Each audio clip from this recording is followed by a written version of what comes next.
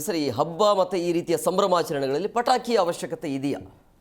Supreme ಕೋರ್ಟಿಗೆ ನಾವು ಕೈ ಮುಗಿದು ಧನ್ಯವಾದ ಹೇಳ್ತೇವೆ. ಇದೊಂದು ಒಳ್ಳೆಯ ನಿರ್ಧಾರ ಮಾಡಿದ್ದೀರಾ ಅಂತ. ಈಗ ಏನಾಗಿದೆ, ಪಟಾಕಿ ಅನ್ನೋದು ಒಂದು ಪಟಾಕಿ ಇರ್ಬೋದು, ಈ ನಕ್ಷತ್ರ ಕಡ್ಡಿಗಳಿರ್ಬೋದು, ಮುಂಚೆಲ್ಲ ನಾವು ಹಬ್ಬ ಮಾಡ್ತಾಯಿದ್ದೀವಿ ಅನ್ನೋ ಒಂದು ಖುಷಿಗೆ ಹೊಡಿತಾ ಇದ್ದೀವಿ. ಇವಾಗ ಏನಾಗಿದೆ, ವಿಕೃತ ಮನಸ್ಸುಗಳು ಪಟಾಕಿ ನಮ್ಮನೇಲಿ ತುಂಬ ದುಡ್ಡಿದೆ, ನೀನು ಪಕ್ಕದ ಮನೇಲಿ ಪಟಾಕಿ ತೊಗೊಂಡು ನಾನು ತುಂಬ ಜಾಸ್ತಿ ತೊಗೊಂಡಿದ್ದಾನೆ, ನಾನಿವಾಗ ಮಾಮೂಲಿ ಪಟಾಕಿ ತೊಗೊಂಡ್ರೆ ನಾನು ಅಟಮ್ ಬಾಂಬ್ ತೊಗೊಂಡಿದ್ದಾನೆ, ನಮ್ಮನೆಗೆ ಹಬ್ಬ ಮಾಡ್ತಾಯಿದ್ದೀವಿ ಅಂತ ಊರಿಗೆಲ್ಲ ಗೊತ್ತಾಗಲಿ, ನಮ್ಮನೇಲಿ ಹಬ್ಬ ಮಾಡ್ತಾಯಿದ್ದೇವೆ ಅಂತ ಪಕ್ಕದ ಮನೆಯವ್ರು ಹೊಟ್ಟೆ ಉರ್ಕೊಳ್ಳಿ ಅನ್ನೋ ರೀತಿ ಪಟಾಕಿ ಹೊಡಿತಾ ಇದ್ದಾರೆ ಇವಾಗ. ಇದು ದುರಂತಕ್ಕೆ ಕಾರಣ. ಯಾವುದೇ ಆದರೂ ಅತಿ ಆಗಿದ್ರೆ ಅದು ಬಂದಾಗುತ್ತೆ ಅನ್ನೋದಕ್ಕೆ ಇದೇ ಒಂದು ಉದಾಹರಣೆ.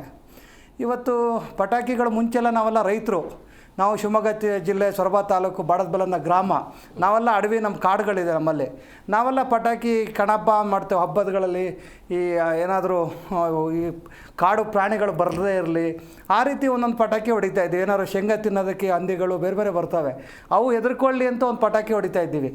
ಈಗ ಏನಾಗಿದೆ, ವಿಕೃತ ಮನಸ್ಸುಗಳಲ್ಲಿ ಕ್ರಿಕೆಟಲ್ಲಿ ಯಾರೋ ಗೆಲ್ತಾನೆ, ಯಾರೋ ದುಡ್ಡು ಮಾಡ್ಕೊತಾರೆ, ಇಲ್ಲಿ 15-20 ಜನ ಸತ್ತೋದ್ರು, ಅದೊಂದು ಸೆಕೆಂಡ್ರಿ, ಅದಕ್ಕೂ ಪಟಾಕಿ ಹೊಡಿತೀರಾ. ಇವತ್ತು ನೋಡಿರಿ ಪಾಪ ನಾಯಿಗಳು, ನಮ್ಮಲ್ಲೆಲ್ಲ ಒಂದು ಖುಷಿ ಅಂತ ಲ್ಯಾಬ್ ಒಂದು ನಾಯಿ ಸಾಕಿದ್ದೇವೆ. ಈ ಪಟಾಕಿ ಹೊಡೆದ ತಕ್ಷಣ ಅದು ಹೆಂಗಾಗಿದೆ ಅಂದರೆ ಫುಲ್ಲು ನಡುಗುತ್ತೆ, ಮನೆ ಒಳಗಡೆ ಬಂದು ನಮ್ಮ ಮಕ್ಕಳು ಬೆಡ್ಡಲ್ಲಿ ಒಳಗಡೆ ಸೇರ್ಕೊಳ್ಳುತ್ತೆ. ಇವತ್ತು ಆ ಥರ ಪ್ರಾಣಿಗಳಿಗೂ ಹಾನಿ ಇದೆ. ಆಮೇಲೆ ಪಟಾಕಿಯಿಂದ ಏನೂ ಆಗಬೇಕಾಗಿಲ್ಲ ರೀ, 5 ನಿಮಿಷ ಸತ್ತು ಬರೋದಕ್ಕೆ ನೋಡಿ ಹವಾಮಾನ. ಅವತ್ತಿನ ದಿನ ವಯಸ್ಸಾದರ ತಂದೆ ತಾಯಿಗಳು, ಅಜ್ಜ ಅಜ್ಜಿಗಳು, ಅಸ್ತಮ ಕಾಯಿಲೆ ಇರುತ್ತೆ, ಪಟಾಕಿ ಹೊಡೆಯೋದಕ್ಕೆ ಒಂದು ಮಿತಿ ಬೇಕಲ್ವಾ.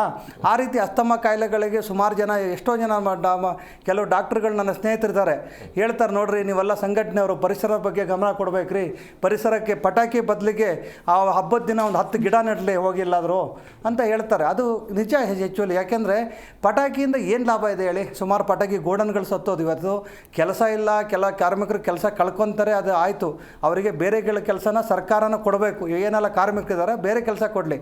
ಆದರೆ ಇವತ್ತು ಏನೇ ಒಂದಾಗಲಿ ಸುಪ್ರೀಂ ಕೋರ್ಟಿಗೆ ಇವತ್ತು ಧನ್ಯವಾದ ಹೇಳಬೇಕು. ಎಲ್ಲ ಸರ್ಕಾರಗಳು, ಎಲ್ಲ ಕೋರ್ಟ್ಗಳು, ಎಲ್ಲ ಅಧಿಕಾರಿಗಳು ಇದನ್ನು ಗಮನ ಕೊಟ್ಟು ಇದನ್ನು ಬ್ಯಾನ್ ಮಾಡೋದರಲ್ಲಿ ಮೊದಲ ಆದ್ಯತೆ ಕೊಡಬೇಕು ಅಂತಲೇ ನಾವು ಹೇಳ್ತಾ ಇದ್ದೇವೆ.